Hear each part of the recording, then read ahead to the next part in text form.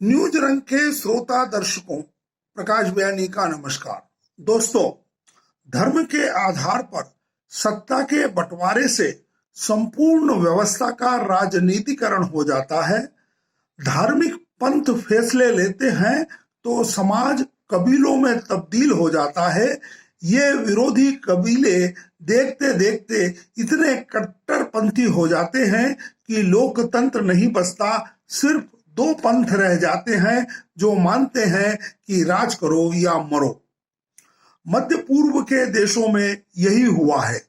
1400 साल पहले इस इलाके में मुस्लिम कबीलों ने प्रवेश किया। ईसाई समुदाय के लोग भेदभाव और उत्पीड़न के शिकार हुए और उनका पलायन शुरू हुआ। मिस्र, इराक, सीरिया, जॉर्डन, इजराइल और गाजा पट्टी से बड़ी संख्या में ईसाइयों को पलायन करना पड़ा। ईसा मसीह के जन्म स्थान यरूशलेम में भी ईसाई अल्पसंख्यक हो गए। लेबनान में तो केवल यही नहीं हुआ, सत्ता का भी बंटवारा हुआ। लेबनान, जो कभी पूर्व का पेरिस था, आज सुलग रहा है। 14 अगस्त को 2750 टन अमोनियम नाइट्रेट में हुए विस्फोट ने बेरूत पोर्ट को तबाह कर दिया है। इटली के विस्फोटक विशेषज्ञ डेनिलो कोप्पी का दावा है कि बेरूत में विस्फोट मिसाइलों से हुआ था, क्योंकि वहां से निकले धुएं का रंग नारंगी था, जो अमोनियम नाइट्रेट से नहीं होता है।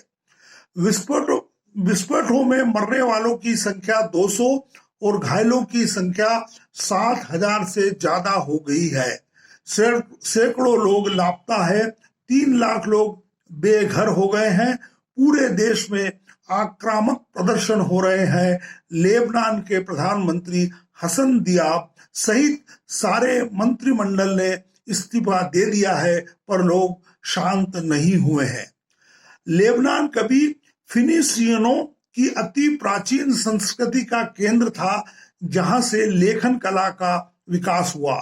सन 1975-90 में यहाँ गृह युद्ध हुए, जिसका मुख्य कारण था फिलिस्तीन से आए शरणार्थी, अरब इजराइल युद्ध, ईरान की इस्लामिक क्रांति और धार्मिक टकराव। 1932 में लेबनान में ईसाई बहुसंख्यक थे, लेकिन धीमी जन्म दर और पलायन के कारण ये कम होते गए। आज लेबनान में 60% मुस्लिम है, जो शिया और सुन्नी में बटे हुए हैं। 40% ईसाई हैं। लगभग 50 लाख आबादी वाले लेबनान में सांप्रदायिक धार्मिक संप्रदायों या कहें कि कबीलों के बीच संतुलन बना रहे, इसलिए गृह युद्ध के बाद एक नई राजनीतिक व्यवस्था लागू की गई थी। तय हुआ था कि देश का राष्ट्रपति ईसाई, प्रधानमंत्री सुन्नी मुस्लिम और संसद का अध्यक्ष शिया मुसलमान होगा। संसद की सीटों को भी मुस्लिमों और ईसाइयों में बांटा गया। नौकरशाही में भी यही नियम लागू किया गया। तीनों राजनीतिक गुट अपने अपने पक्ष को मजबूत रखने के लिए अलग अलग बाहरी ताकतों के करीब होते गए। सुन्नी मुसलमानों पर सऊदी अरब, शिया मुसलमानों पर ईरान, तो ईसाई गुटों पर फ्रांस का प्रभाव है। पहले से ही आर्थिक संकट झेल रहे लेबनान में सतत अशांति से असंतुष्ट लोग कहने लगे हैं कि राजनीतिक गुट अपने बाहरी मित्रों को खुश करने में लगे रहते हैं और घरेलू मुद्दों पर ध्यान नहीं देते। उनकी मांग है कि धार्मिक आधार पर सत्ता का बंटवारा बंद हो, गैर राजनीतिक और गैर धार्मिक लोग सत्ता संभाले।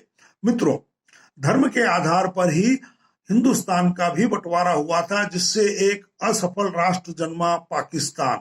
लेबनान और पाकिस्तान की दुर्दशा हमारे लिए भी सबक है, जिसे आज नहीं समझा गया तो कल क्या होगा, यह सोच भी डराता है।